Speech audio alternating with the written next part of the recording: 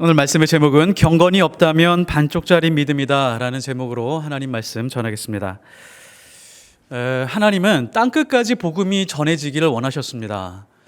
땅끝까지 복음이 전해질 때 여러 가지 방법을 원하셨겠지만 대규모 성령 집회를 열어서 수천 명씩 매일 한꺼번에 교회로 들어오고 교회가 세워지는 것을 원하지 않으셨습니다.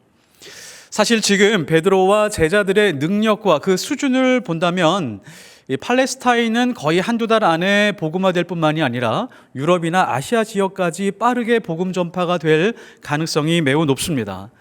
언어가 문제가 될 수도 있겠지만 사실 오순절 성령이 오셨을 때 그때 일어났던 그 역사를 계속해서 반복해서 사용한다면 전혀 문제가 되지 않습니다.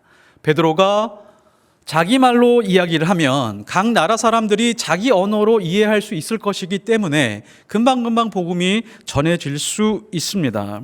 그런데 하나님은 그런 방법을 원하지 않으셨습니다. 특별한 어느 때에 그런 방법을 원하셨지 매번 그런 방법으로 복음을 증거하게 하지 않으셨습니다. 그래서 너희들은 나가서 수천 명을 모아라. 그러면 성령을 물 붓듯이 부어주겠다라고 그렇게 말씀하신 것이 아니라 두세 사람이 내 이름으로 모인 곳에 나도 그들 중에 있느니라 라고 하는 말씀을 우리에게 주신 것입니다. 그러니까 하나님은 많은 사람들이 한꺼번에 만나서 하나님께 돌아오는 것보다도 한 사람 한 사람, 두 사람, 세 사람이 인격과 인격이 만나서 예수 그리스도를 공유하는 것, 예수 그리스도의 사랑, 그 십자가, 그 능력과 은혜를 공유하는 것을 훨씬 더 중요하게 생각을 하셨습니다. 그래서 오늘 장면은 이방인이 최초로 복음을 받아들이는 그런 장면인데 이 장면 속에서 어떤 집회를 통해서 일어나는 것이 아니라 고넬료라고 하는 이방인에게 베드로 한 사람을 보내서 인격과 인격이 만나서 예수님을 공유하도록 하는 것을 우리가 만날 수 있습니다. 하나님은 분명히 고넬료와 베드로가 만나는 이 장면을 보시면서 그리고 그 직전에 하나님의 가슴은 두근두근 거렸을 것이다라고 확신할 수 있습니다. 하나님이 유대인을 이처럼 사랑하사라고 하는 것이 아니라 하나님이 세상을 이처럼 사랑하사라고 하는 그 말씀이 지금 눈앞에서 이루어지는 순간이기 때문입니다. 베드로가 고넬료를 만나는 장면은 하나님의 꿈이 드디어 실현되는 장면입니다. 하나님이 수천 년 동안 이 세상에 있는 많은 사람들이 주께로 돌아와서 구원의 은혜를, 구원의 감격을 경험하게 하는 것이 하나님의 열망과 소망이었습니다. 그 소망이 지금 고넬료를 통해서 이루어지고 있는 것입니다. 그러니까 하나님의 가슴은 두근거렸을 것입니다. 근데 하나님을 믿는다라고 하는 사람들, 하나님의 백성들, 하나님의 자녀들은 이 하나님의 열망에 얼마나 관심이 없는지 모릅니다. 유대인이 아닌 이방인도 하나님이 사랑하시고 예수님이 우리와 같은 이방인을 위해서 십자가를 지시고 구원을 베풀어 주신다는 사실을 전하는 것, 그렇게 전하는 것이 어려운 일일까요? 베드로와 같이 능력이 많고 예수님을 경험한 사람조차도 기도 중에 환상을 보여주고 3번이나 설득하고 가르쳐 주어야만 겨우 고넬료 한 사람을 만나러 가야 될 정도였습니다. 하나님의 유일한 꿈이 있습니다. 수천 년 동안 하나님께서 꿈꿔오던 유일한 꿈은 십자가로 생명을 살리는 것입니다. 예수님이 이 땅에 오셨습니다. 이 땅에 오셔서 예수님이 꿈꾸던 단 한 가지는 십자가 위에서의 죽음이었습니다. 그런데 하나님을 믿는 사람들, 하나님을 사랑하는 사람들은 그 십자가의 죽음으로 생명을 살리는 것에 대해서 별로 관심이 없습니다. 다른 사람이 하는 일이지, 목사님들이 하는 일이지, 그렇게 생각하고 나는 이 땅에서 어느 정도 편안하게 살면 돼 라는 그런 생각을 가지고 있습니다. 베드로가 고넬료를 만나는 이 과정, 전후 과정들을 잘 살펴보면서 우리가 깨달을 수 있는 것이 하나가 있습니다. 굉장히 중요합니다. 무엇일까요? 사람의 생각이 변하고 인생이 완전히 변할 때는 언제냐라고 하는 것이 그 해답인데, 그때는 언제냐면 하나님의 꿈에 동참해 갈 때입니다. 생명을 살리는 하나님의 꿈에 동참해 가기 시작을 할 때 한 사람의 인생과 생각이 완전히 바뀌기 시작을 합니다. 그게 베드로의 모습이었습니다. 하나님은 오랜 시간 이탈리아 부대의 군인 백부장 고넬료를 오랜 시간 주목하고 계셨습니다. 그래서 특별히 천사를 보내야 할 정도였습니다. 하나님은 왜 고넬료를 특별히 주목하고 계셨을까요? 2절에 나옵니다. 그가 경건하여 온 집안과 더불어 하나님을 경외하며 백성을 구제하고 하나님께 항상 기도하더니. 고넬료 당시 로마 군인들이 믿고 있던 신이 있습니다. 로마에서 믿고 있던 신이 있습니다. 특별히 군인들이 믿고 있던 신이 있는데 솔 인빅투스라고 하는 신입니다. 이 신은 태양신입니다. 전쟁을 갈 때, 일상생활을 할 때 태양신을 섬기는 것이 당연한 것이었는데, 고넬료는 이 태양신을 섬기지 않고 여호와 하나님을 주인으로 모시게 되었습니다. 여호와 하나님을 만나고 고넬료의 삶이 어떻게 변했냐면 경건한 삶으로 완전히 바뀌게 되었습니다. 이 경건한 삶을 잘 보십시오. 홀로 독립적으로 경건한 삶이 아니었습니다. 온 가족과 더불어, 그리고 심지어 부하와 하인들이 인정하고 그 하인들과 부하들조차도 저 경건을 닮고 싶다라고 할 정도의 그런 경건이었습니다. 고넬료를 경건하다라고 성경은 어떻게 설명을 하고 있죠? 백성을 많이 구제하고 하나님께 항상 기도하더니, 고넬료의 경건은 기도와 구제였다라고 말씀하고 있습니다. 고넬료의 기도와 구제는 하나님이 주목하지 않을 수 없는 경건이었습니다. 고넬료는 매일 정해진 시간에 하나님께 기도했습니다. 어느 날 제9시에, 9시라고 하는 것은 우리 시간으로 오전 9시간이라 6시간을 더해야 됩니다. 그러니까 오후 3시에 기도하는 시간에 하나님 앞에 기도할 때 하나님의 사자, 천사가 고넬료에게 왔습니다. 굉장히 놀랬죠.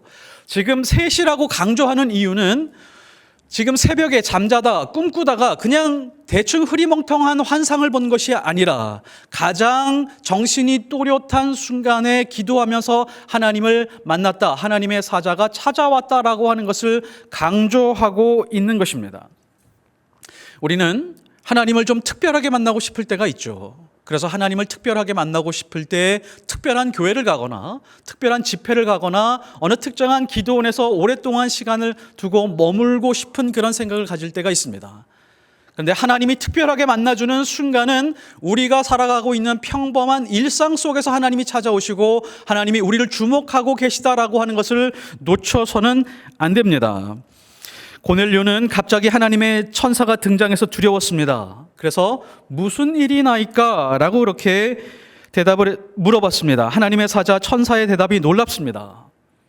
내 기도와 구제가 하나님 앞에 상달되어 기억하신 바 되었으니 라고 그렇게 말하고 있습니다. 여기서 굉장히 중요한 부분이 또 하나가 있습니다. 그러니까 하나님 앞에 올려드리는 기도는 상달되는 기도가 있고 상달되지 않는 기도가 있는데, 너의 기도는, 너의 구제와 기도는 하나님 앞에 충분히 상달되었다라고 그렇게 말해주고 있습니다. 자, 좋은 나무가 있습니다. 좋은 나무로 성장해서 무성하게 열매를 맺으려고 하면 좋은 씨가 있어야 되죠. 좋은 씨가 있으면 반드시 좋은 나무가 되고 좋은 열매가 됩니다. 근데 좋은 씨가 있다고 해서 반드시 좋은 열매를 맺을 수 있는 것은 아닙니다. 좋은 토양이 있어야 됩니다. 좋은 토양이 있어야 그 씨는 좋은 열매와 잘 성장할 수 있는 그런 나무가 될 수 있죠. 우리나라처럼 세상에서, 세계에서 기도를 많이 하는 나라는 없습니다. 새벽기도, 철야기도, 금식기도, 통성기도, 합심기도, 산기도, 작정기도, 침묵기도, 중보기도, 주여 삼창기도, 이런 수많은 형태의 기도를 가지고 하나님 앞에 나아가서 기도하는 민족이었습니다. 그런데 기도 그 자체, 그러니까 씨앗은 많이 강조를 했지만 토양에 대해서는 별로 강조하지 않았습니다. 그래서 많은 기도가 그냥 상달되지 않고 땅에 떨어지는 기도가 많이 있을 수 있었던 것이죠. 기도가 만나는 풍성한 토양, 좋은 토양은 무엇일까요? 오늘 고넬료를 통해서 가르쳐주는 말씀이 바로 그겁니다. 기도의 가장 좋은 토양은 그리스도인이 경건하게 살아가는 삶이라고 하는 것입니다. 경건한 삶이 있어야 기도가 하나님께 상달되는 기도가 될 수 있습니다. 어떤 사람이 살아가면서 너무 큰 두려움에 빠질 때가 있죠. 재앙을 당하는 것처럼 힘겨운 삶을 살아갈 때가 있습니다. 근심과 슬픔 속에서 하나님 앞에 간절히 부르짖을 때가 있습니다. 그런데 그 기도도 하나님께서 듣지 않겠다라고 말씀하실 때가 있습니다. 잠언서 1장 27절에서 28절. 너희의 두려움이 광풍같이 임하겠고 너의 재앙이 폭풍같이 이르겠고 너희의 근심과 슬픔이 임하리니 그때에 너희가 나를 부르리라. 그래도 내가 대답하지 아니하겠고 부지런히 나를 찾으리라. 그래도 나를 만나지 못하리라. 심지어 경건하지 않는 삶을 살면서 기도한다면 하나님은 얼굴을 가리시겠다라고 말씀하십니다. 미가서 3장 4절. 그때에 그들이 여호와께 부르짖을지라도 응답하지 아니하시고 그들의 행위가 악했던 만큼 그들 앞에 얼굴을 가리시리라. 악한 행동을 하면서 악한 행동에 대해서 회개하거나 악한 행동을 접을 생각이 없으면서 하나님 앞에 간절히 부르짖는다고 해서 하나님이 들어주시는 것이 아니라 오히려 하나님은 하나님의 얼굴을 가리시겠다라고 말씀하고 있습니다. 그러나 반면에 고넬료의 기도는 구제와 함께 경건한 삶을 통해서 살아가면서 하나님 앞에 기도를 올렸기 때문에 하나님 앞에 상달되었을 뿐만이 아니라 하나님은 이 기도는 기념비처럼 세워두고 싶은 기도다라고 그렇게 말씀하고 있습니다. 기도는 하나님을 사랑하는 가장 기본적인 증거입니다. 그리고 이웃을 사랑하는 사람도 반드시 구제하는 사람입니다. 그 사람이 이웃을 사랑하는지 어떻게 알 수 있을까요? 소외된 이웃과 또 괴롭고 고통 중에 빠져 있는 그 이웃들에게 찾아가서 그 사람들과 인격 대 인격으로 만나서 그 사람을 긍휼히 여기고 그 사람의 인격을 존중해 주면서 어려울 때 도와주는 것, 그것이 바로 이웃을 사랑하는 것입니다. 예수님은 언제나 가난하고 소외된 이웃의 친구였습니다. 절망 중에 빠져 있는 사람들에게 소망을 주었고 고통 중에 빠져 있는 사람들에게 언제나 위로의 말씀을 빠뜨리지 않으셨습니다. 그런데 예수님이 있는 사람들, 그 사람들은 이웃들에게 관심이 없다면 예수님 따르는 것이 아닙니다.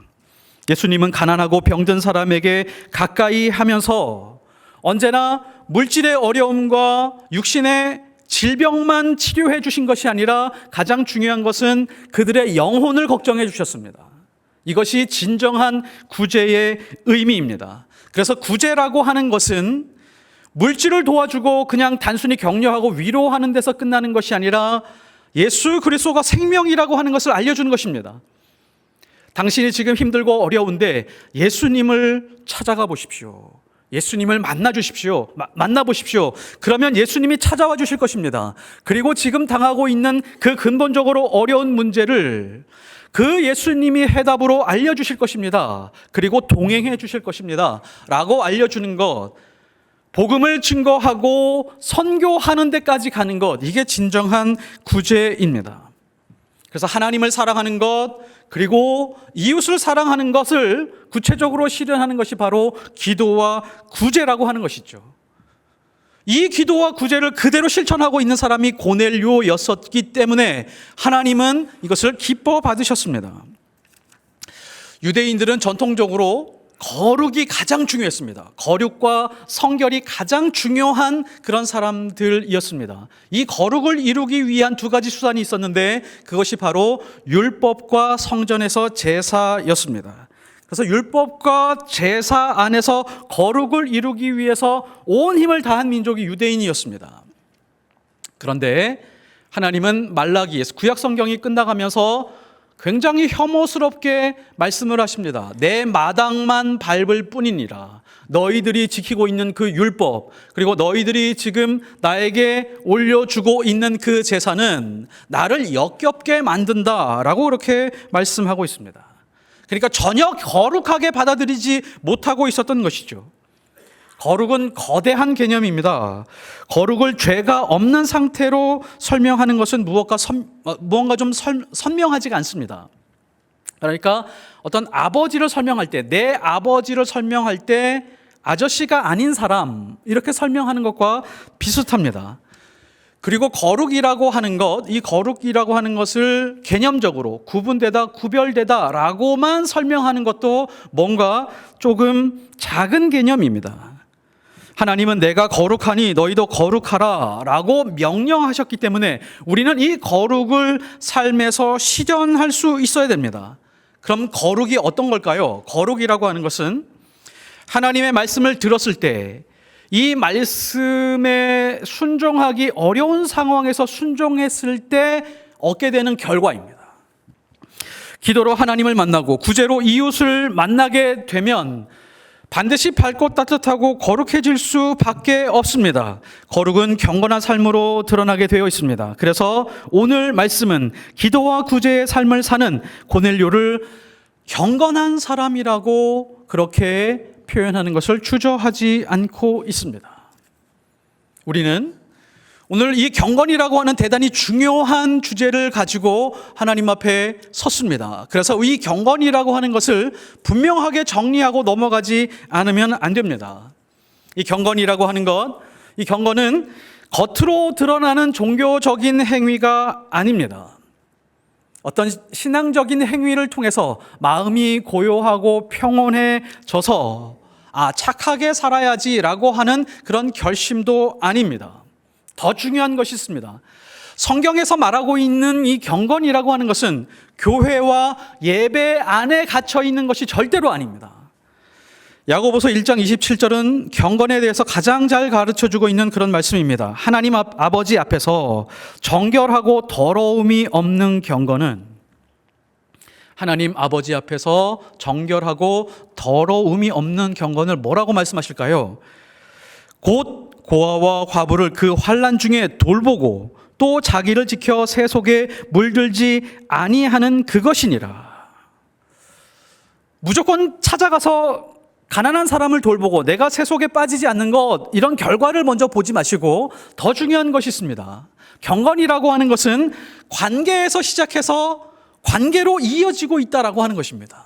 하나님 앞에서, 하나님 아버지 앞에서 정결한, 그리고 더러움이 없는 경건이라고 하는 것, 관계가 선행되어 있습니다. 그리고 가난하고 괴롭고 고통스러운 사람들에게 찾아가는 것, 그 다음에 또 관계로 이어지죠. 관계 안에서만 경건이 이루어질 수 있습니다. 그래서 이것을 세 가지로 정리해 볼 수 있는데요. 첫 번째, 경건은 하나님의 권위 앞에서 사는 삶입니다. 내가 하는 말, 내가 하는 모든 행동들, 이 모든 것을 하나님이 지금 듣고 계시고 알고 계시기 때문에 내가 말과 행동을 정리해 가는 것, 이런 태도가 바로 경건입니다. 그래서 하나님을 경외할 수밖에 없고 하나님께 순종하게 되는 것을 말합니다. 이것이 어떻게 드러날까요? 골로새서 3장 23절, 무슨 일을 하든지 마음을 다하여 주께 하듯 하고 사람에게 하듯 하지 말라. 직장에서, 가정에서, 어떠한 상황에서도 이 말씀이 살아있다면 경건한 삶을 살아가고 있는 것입니다. 그래서 요셉의 삶이 경건한 삶이었습니다. 보디발의 아내가 와서 나와 밤을 함께 즐기자라고 그렇게 말했습니다. 아무도 보는 사람 없었습니다. 비밀도 지켜질 수 있습니다. 거기다가 혈기왕성한 그런 청년이었습니다. 유혹에 충분히 빠질 수도 있었습니다. 거기다가 정치적으로 좀 생각을 하면 보디발의 아내와 좋은 관계를 맺으면 출세할 수도 있었습니다. 노예에서 벗어날 수도 있었습니다. 그런데 요셉은 내가 어찌 하나님 앞에서 득죄하리요 라고 하면서 뛰쳐나갔습니다. 경건은 사람들이 어떻게 평가하느냐와 상관이 없습니다. 일시적으로 채워지는 나의 욕망을 충족시키는 것보다도 하나님과의 관계가 멀어지는 것을 두려워하는 것, 이것이 바로 경건입니다.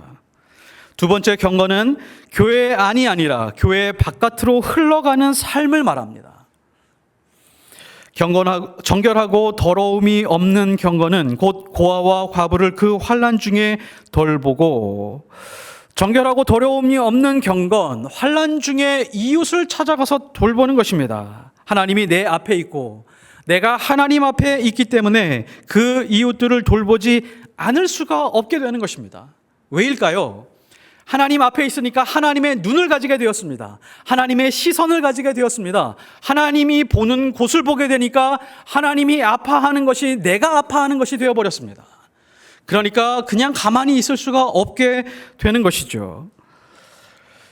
그래서 2절에 보면 그가 경건하여 백성을 많이 구제하고, 그냥 적당히 어느 수준에서 구제가 끝나는 것이 아니라 많이 구제하는 삶이 바로 고넬료의 삶이었다는 것입니다. 세 번째, 경건은 자기를 지켜 새 속에 물들지 않는 것입니다. 경건의 반대말이 무엇일까요? 경건의 반대말, 불경건일까요? 불자만 붙인다고 다 되는 것 아닙니다. 그러면 장난에다가 불자를 붙이면 불장난이 되거든요. 경건의 반대말은 무엇이냐면 하나님을 의식하지 않고 자기 주관대로 살아가는 삶을 말합니다. 자기 주관과 자기 뜻대로 사는 것이 가장 멋있는 것 같지만 가장 세속적인 삶의 모습입니다. 그리고 경건이라고 하는 것은 세상의 북소리에 발을 맞추지 않는 것을 말합니다. 물질이 주는 편안한 북소리가 있습니다. 인기가 주는 화려한 북소리가 있습니다. 유행과 패션이 주는 그런 북소리들이 있고, 부동산과 주식이 주는 그런 북소리들이 있습니다. 이런 북소리에 춤추지 않는 것입니다. 이런 북소리에 흔들리지 않는 것입니다. 이 경건이라고 하는 것은 세상이 듣지 못하는 북소리에 맞추어 살아가는 것입니다. 하나님이 주시는 그 말씀의 북소리, 그리고 은혜와 사랑의 북소리를 따라 움직이는 삶, 이것이 경건한 그 움직임이 바로 경건한 모습입니다. 그래서 경건은 언제나 마음의 경건과 연결이 될 수밖에 없고 기도할 수밖에 없는 그런 삶으로 이어지게 됩니다. 말씀의 결론을 맺겠습니다. 하나님은 고넬료를 특별하게 주목하셨습니다. 하나님은 고넬료의 기도를 기념비처럼 기억하셨습니다. 고넬료는 경건한 사람이었기 때문입니다. 항상 하나님 앞에 기도하고 있었고 백성을 많이 구제하는 사람이었습니다. 이것을 정리해 보면 하나님의 마음을 품고 하나님의 안타까움을 품고 힘들게 살아가고 고통 중에 살아가는 사람들에게 찾아가서 그들에게 위로했다는 것입니다. 기도는 하나님을 사랑하는 증거이고 구제는 이웃을 사랑하는 증거입니다. 말씀의 감동과 깨달음이 아무리 많다라고 할지라도, 나는 말씀의 은혜가 넘치는 사람이야, 나는 기도를 많이 하는 사람이야 라고 할지라도 이웃과 관계가 없으면 율법을 쥐고 평생 살아가고 있는 유대인의 모습과 별반 다르지 않습니다. 그리고 아무리 착한 일을 한다라고 할지라도, 아무리 어려운 사람들을 돕는 일을 많이 한다라고 할지라도 하나님과 연결되어 있지 않는다면, 기도와 연결되어 있지 않는다면 자기 자랑하는 것에 불과합니다. 그래서 디모데전서 4장 7절의 말씀에 보면 망령되고 허탄한 신화를 버리고 경건에 이르도록 내 자신을 연단하라 라고 말씀을 우리에게 주고 있습니다. 고넬료처럼 기도와 구제로 하나님이 주목하고 기뻐하는 그리스도인이 되고 경건에 이르도록 연단하시는 하나님의 자녀들 되시기를 예수 그리스도 이름으로 축복합니다.